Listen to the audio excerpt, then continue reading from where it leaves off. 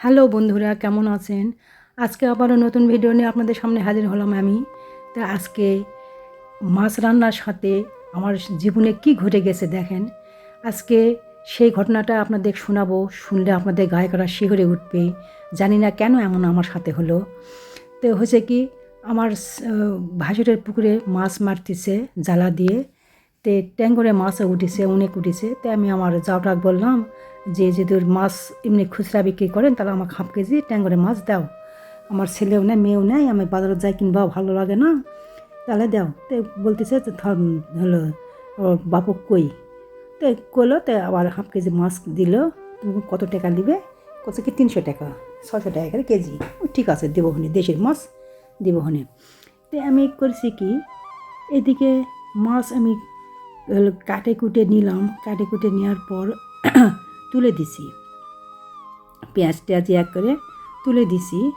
হঠাৎ করে এইদিকে আমার ডাক দিছে কে, মা মা করে ডাক দিছে। আমি হুট করে মনে করছি ঠিক আমার মা বেন। আমার মা তো অনেক দিন আগে আমার ছোটোবেলায় থাকতে মারা গেছে। আমার ওই স্মরণটা হয়েছে যে ঠিক মানে আমার মা ডাকতেছে।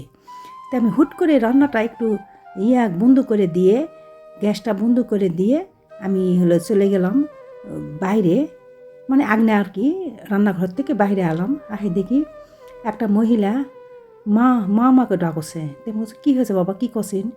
তো কছে কি, মা আমি এনা খাবো। তো আমি কছি কী খাবেন? ভাত তো আমার আমার বাড়ির তো ভাত এখনও রান্না করাই হয়নি। আমি একা থাকি তো, একটু বেলা হলেই রান্না করি, করলে একবার করলে আমি আর রান্না করি না। তো কছে কি, মা কিছু থাকলে না খাবার দাও। তো আমার বাড়িতে আজকে আবার কিছুই না খাবার, মুড়ি টুড়ি কিছুই রাখিনি। মুড়ি খাওয়া হয় না, বলে ডায়াবেটিস খুব বেশি হয়, হাই প্রেশার বেশি হয় মুড়ি খেলে। তো আমি আর মুড়ি রাখিও নি। তো এদিকে আবারও বলতেছে। তো আমি কছি আমি টাকা দেই, আমি আপনি বাজারে যাই কিনে খান। ঠিক আমার মানে মাঝ বয়সীর মেয়েটা, একটু বয়স্ক হয়। তো আমি বলতে গেছি, আমি এখন বলেছি যে আপনাকে টাকা দেই, না হয় যাই কিনে খান, আমার বাড়িতে তো কিছু খাওয়ার নেই। আমি রান্না করছি, না হয় দেরি করেন, দেরি করেন। আমার ভাতে তো হওয়া মাছ হয়েছে, কিন্তু ভাত এখনও হয়নি, ভাত তুলে দিচ্ছি। তো ওই মহিলাটা এখন বলতেছে যে না মা অতক্ষণ দেরি আমার শুইবে না মা। তো তাহলে দেরি করেন, ও দেরি করবে না। তো তাহলে টাকা নেন, টাকা নিয়ে যায় বাজারে, এই বাজার পাশে বাজার আছে, আপনি কিনে খান। তখন আমাকে বলতেছে যে না মা, আমি টাকা নিব না। তো ভালো কথা, টাকা নিল না। আমি তো তাড়াতাড়ি করে আমাকে ভাত তুলে দিয়েছি। তাহলে ঠিক আছে, একটু পরে আসেন, খায়ে যান। হাসে উঠে কষে কি না মা, আমার আর খাওয়া হলো না। তো আমার তো খুব খারাপ লাগেছে। কিন্তু টাকা নেন, টাকাও লিবে না, চাউল নেন, চালও লিবে না, কিছুই লিবে না। এইদিকে আমি মাছ রান্না করার পর করেছি কি, করলা করে নিছি। তো কছে কি, করলা ভাজা আমার খুব পছন্দ। তো বলছে আপনি একটু দেরি করেন আন্টি, একটু দেরি করেন। তো কছে কি না মা, আমার দেরি করা হবে না। তো আমি এই গল্প করতে করতে আমার রান্না হয়ে যাবে, আমি চুলায় তুলে দিচ্ছি। তো এই রাইস পটর থেকে আমি দৌড়ে ভাতটা আর এই এই করলা ভাজিটা আমি যাই চুলায় তুলে দিছি। ও কিন্তু বসতে দিছি, বসেনি, দাঁড়ে থাকেই ও গল্প করতেছে। গল্প করার পর যখন আমার ভাতটা উতলালো, সেই সময় আমাকে এখন বলতেছে কি যে মা আমি চলে যাচ্ছি। আন্টি একটু একটু দেরি করে, তো ভাত তো উতলাইছে। হাসে উঠে কথা কি না মা, আমি খাবো না, আমি খাবো না। আমি এখন বলতেছি যে আপনি খাবার চালেন, বাড়ির মানুষ খাবার চালে দিতে হয়, কিন্তু আন্টি আমার বাড়িতে সত্যি সত্যি আমার কিছু নাই, খালি চাল ডাল ছাড়া আর কিছু নাই। টাকা আছে কিন্তু আমার রান্না করা কিছু নেই। তো ওই এখন বলতেছে যে তুমি যে বলিস এটাতে আমি শান্তি, আমি খাবো না, আমি চলে যাচ্ছি। তে কি সুন্দর ভদ্রকতা মেয়েটার। আমি তো মনে করেছি যে এটা কে মানুষ অমুক তো বিপদে পড়ে আসে। আমি দেরি করতে বলেছি, দেরি করবে না, চেয়ার দিলাম বসবে না, আমি টাকা দিতে চাচ্ছি। আমি করছি যে 30-40 আমার কাছে টাকা আছে, না থাকা নয়, তবে বড় নোট আছে। আমি বলতেছি যে আমার কাছে 30-40 টাকা আছে, আপনাকে দেই, যায় দুটা পুরি কিনলে খাতে খাতে চলে যাবেন।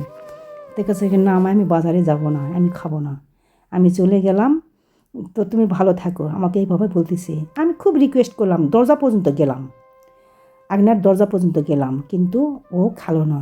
আমাকে সবাই বলতেছে কে হয়, আত্মীয় হবে? হয় আমার আত্মীয়। তখন আমি বলিনি যে ভিক্ষুক আসিছে, আমি বলছি হ্যাঁ আমার আত্মীয়। কাছে কি দেরি করছে না, মেয়েটার কথা বলেনি ওই মেয়েটা চলে গেল।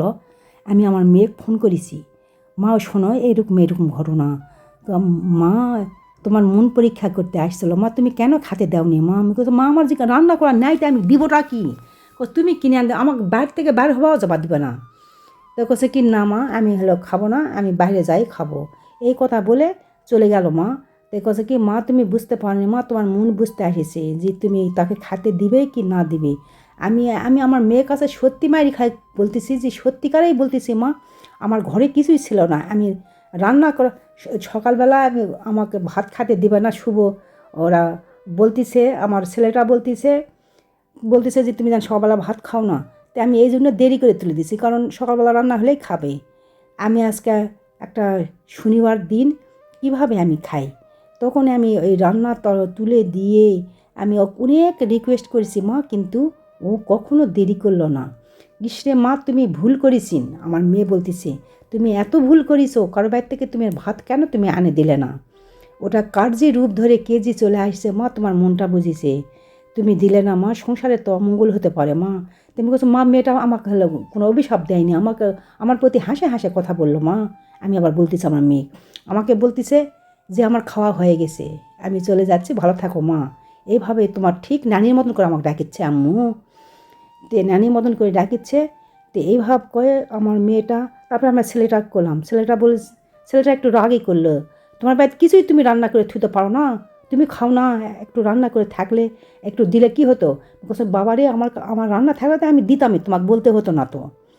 এই যে 2 চুলাত মাটির চুলাত যা তুলে দিছে তাড়াতাড়ি করে, কিন্তু তাও মেয়েটা দেরি করলো না এমনি চলে গেল। আমার ছেলে তো আমাকে একটু দোষারোপি করলো, আর মেয়ে বুঝতে পারিছে, কছে কি তে তুমি অনেক রিকোয়েস্ট করছো, কিন্তু মা তোমার উচিত ছিল কোথাও থেকে একটু আনে তোমাকে দেওয়া উচিত ছিল। বলছো মা আমি অনেক বলেছি, সে দেরিই করছে না, একটু খালি গল্প করে সে চলে যাওয়ার পর আমার তো মেয়ে বলেছে আমি কিসের খাবো, এই সন্ধ্যার সময় আসে আমি ভাত খাওয়ার বসেছি। তো বন্ধুরা, এই হলো আজকে আমার জীবনের প্রথম ঘটনা, এই ঘটনা আমার জীবনের কোনো ঘটেনি, তো আজকে এই ঘটনা। তো বন্ধুরা ভালো থাকবেন, আবারও আগামী দিনের ভিডিও নিয়ে আপনাদের সামনে আমি হাজির হব। এই ধরনের ঘটনা কারো যদি ঘটে কেউ যেন না খায়, যাতে দিও না। তো বন্ধুরা ভালো থাকবেন, আবারও ভিডিও নিয়ে আসবো। এই পর্যন্ত, আল্লাহ হাফেজ।